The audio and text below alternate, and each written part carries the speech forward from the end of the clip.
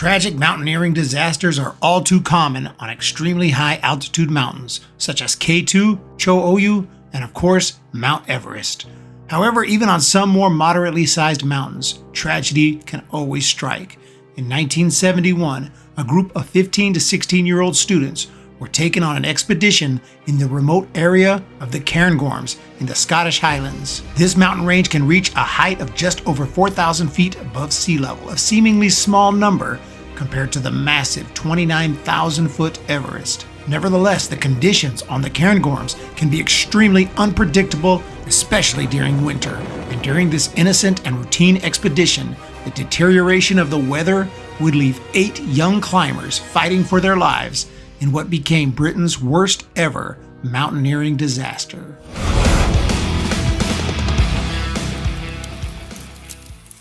The Cairngorms are a beautiful region of mountains in Scotland, which include long glacial valleys and several mountains, such as the 4,295-foot Ben Macdui and the 4,085-foot Cairngorm Mountain, from which the region gets its name. The severe and unpredictable weather make the area very challenging for mountaineers, as snowfall can occur at any point during the year, along with whiteout conditions, freezing temperatures, and extreme winds that can make it very difficult, if not impossible, to see, walk, or communicate. In 1993, the wind speed measured at the Cairngorms Summit Weather Station reached 176 miles per hour. Still, due to the manageable altitudes and natural cliffs and granite, which are great for rock and ice climbing, the area is popular with mountaineers and hikers. In November of 1971, 14 students from Ainsley Park School, which was located 75 miles south of the Cairngorms, were staying at the school's outdoor training center, Laganlia, not far from the mountain range. 23-year-old Ben Beattie was an instructor in outdoor education and was put in charge of the youths. He was experienced in the field of mountaineering, but not so much in the Cairngorms themselves. 2 other adult instructors were 21-year-old Catherine Davidson, who was also Beattie's girlfriend, along with Sheila Sunderland, an 18-year-old volunteer instructor. Only Davidson, although not an experienced mountaineer, had any experience climbing in the Cairngorms during winter. The 3 instructors and 14 students set off on November 20th, 1971 on a 2-day exercise with plans to cross the Cairngorm Plateau towards Ben Macdui. They would separate into 2 different groups, one more experienced group of mostly boys led by Beattie, and another made up of 4 girls and 2 boys led by Davidson and Sunderland. The teenagers in this second group were 16-year-old Carol Bertram and 15-year-olds Diane Dudgeon, Lorraine Dick, Susan Byrne, William Kerr, and Raymond Leslie.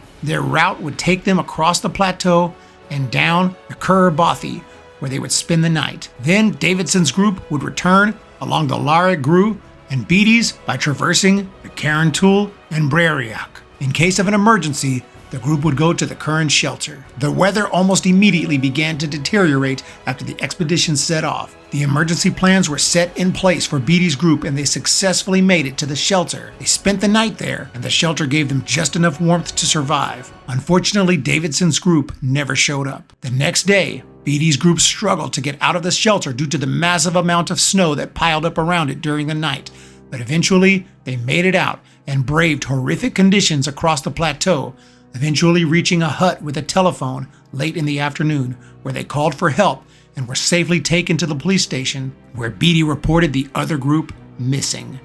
What happened to them the previous night is a horrifying tale. After struggling to find the shelter, Davidson decided that the whiteout conditions would make it impossible, and that they had no choice but to bivouac out in the open on the plateau. They did so at a site about 500 yards east of the shelter, which turned out to be an accumulation spot for snow. The 6 teenagers and 2 adults sheltered in their sleeping bags, but the snow became deeper and deeper throughout the night, threatening to bury them. Davidson and one of the 2 boys in the group tried to go for help, but were quickly forced back by the relentless blizzard. Temperatures dropped, and their bodies began to freeze. Breathing became extremely difficult, and by the following morning, the teenagers were barely hanging on to life.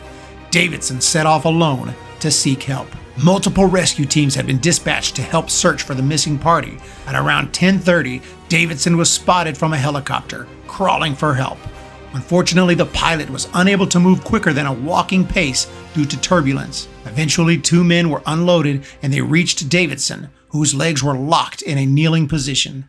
After some struggles and delays due to the storm and loss of vision when the helicopter attempted to speed up, kicking up snow everywhere, Davidson was finally picked up. She was suffering from advanced hypothermia, with hands frozen solid. Somehow she was able to whisper, "Burn, Lochen," referring to Lochen Bidhe, a small freshwater lake nearby where her group bivouacked.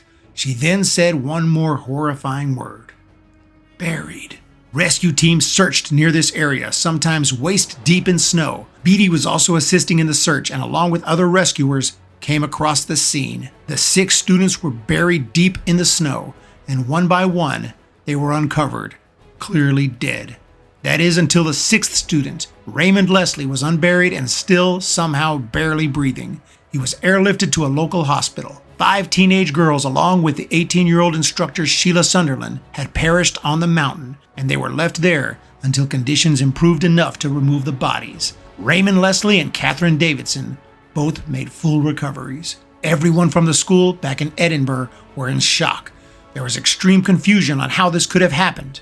An inquiry was held, and it was discovered that the consent form issued to the parents never mentioned that winter mountaineering was involved, nor did it say specifically where the exercise would take place. A father of one of the lost children said that he thought the trip was simply to Laganlia, the new training center, and he did not realize that any actual mountaineering was to take place. Only one parent knew about the expedition to the Cairngorms. The leader of one of the rescue teams, John Duff, considered the winter bivouac a serious mistake. To attempt a winter bivouac in a storm on a Cairngorms plateau is literally a life or death decision and a last option.